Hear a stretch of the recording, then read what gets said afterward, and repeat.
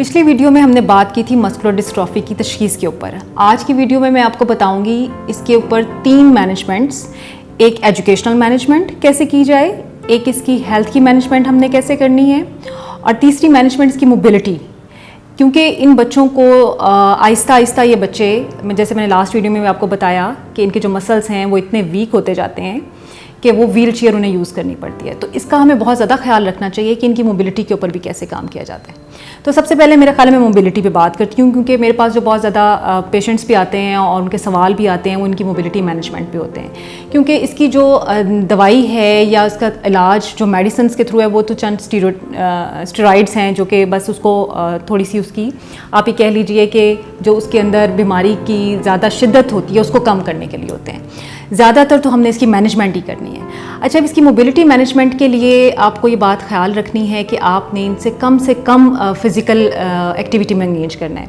आमतौर पे हमारी जितनी भी ऐसी डिसेबिलिटीज़ होती हैं जिनका ताल्लुक फ़िज़िकल डिसेबिलिटी के साथ होता है, उसमें आमतौर पे वालिदैन का भी ख्याल ये होता है, और जो प्रैक्टिशनर्स बहुत ज़्यादा वेल नोन नहीं होते हैं वो भी फ़िज़िकल थेरेपी सजेस्ट करते हैं, एक्सरसाइजेस सजेस्ट करते हैं।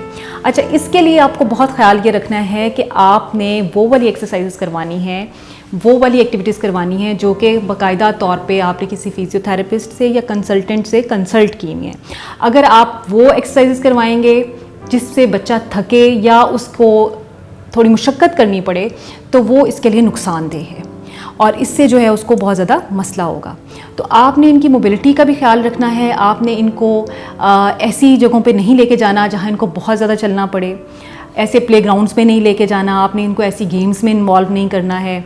जो आप इनके लिए मोबिलिटी के लिए व्हील चेयर भी अगर आप इनको प्रोवाइड करते हैं, ज़ाहिर अल्टीमेटली एक ख़ास स्टेज पे आके इनको व्हील चेयर यूज़ करनी पड़ती है, तो वो जो व्हील चेयर है वो आप कोशिश कीजिए कि मोटराइज्ड व्हील चेयर हो, यानी मैनुअल व्हील चेयर ना हो।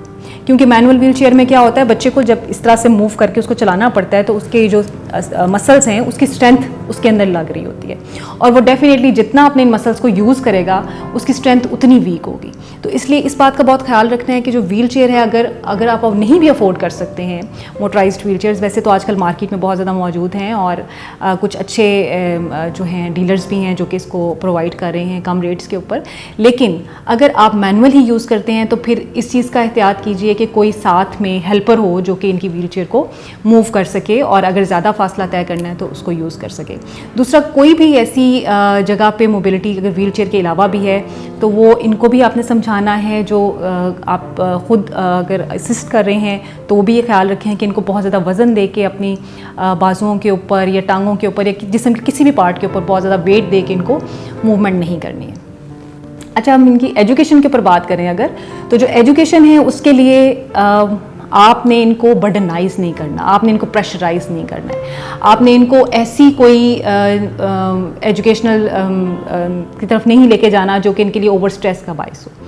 क्योंकि आपका मकसद ये है कि ये रिलैक्स रहें, क्योंकि ब्रेन रिलैक्स होता है। आपको पता है हमारी जितनी भी बॉडी है, जितने भी पट्टे हैं, मसल्स हैं, they are controlled by our brain. तो अगर हम मेंटली स्ट्रेस्ड होते हैं तो हमारी जो जिस्म है वो भी उतना ज़्यादा स्ट्रेस फील करते हैं, हमारे जिस्म के पट्टे भी उतना ज़्यादा स्ट्रेस फील करते हैं। तो हमारा मकसद ये है कि हम इनको एजुकेशन ज़रूर दिलवाएं, लेकिन उसमें हमने इनको स्ट्रेस नहीं करना, हमने ऐसे सब्जेक्ट्स में इनको इन्वॉल्व नहीं करना। अगर वो मैथ्स नहीं पढ़ना चाहते, साइंस नहीं पढ़ना चाहते तो डोंट केयर फॉर दैट। आप जस्ट वो वाली एजुकेशनल एक्टिविटीज़ में इनको इन्वॉल्व रखें जिसको ये इंजॉय करते हैं, जिसको ये दिल से पसंद करते हैं और उसमें खुशी के साथ जो है वो एंगेज होना चाहते हैं। और इसके अलावा आपने इनको ऐसे स्कूल में दाखिल नहीं करवाना जिसमें बहुत ज़्यादा चल के जाना पड़ता हो, ठीक है। यानी इनका जो गेट से लेके क्लास तक का फासला है वो बहुत ज़्यादा ना हो।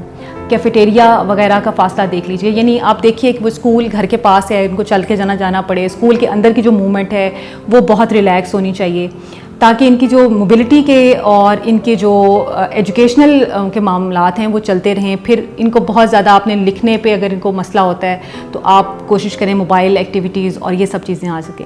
अच्छा, तीसरी चीज़ मैं इसके ऊपर बात करना चाहूँगी इनकी जॉब के हवाले से भी या करियर के हवाले से भी, वो भी बहुत ज़रूरी है। एक अगर हम ये इमेज बना लेते हैं कि जो डिसेबिलिटी के साथ लोग हैं ये कोई जॉब नहीं कर सकते, ये काम नहीं कर सकते, ऐसा नहीं है, ये कर सकते हैं। लेकिन अगेन वही बात है मैनेजमेंट कि हमने वो वाली जॉब्स की चॉइसेस करनी है जिसमें इनको आसानी हो।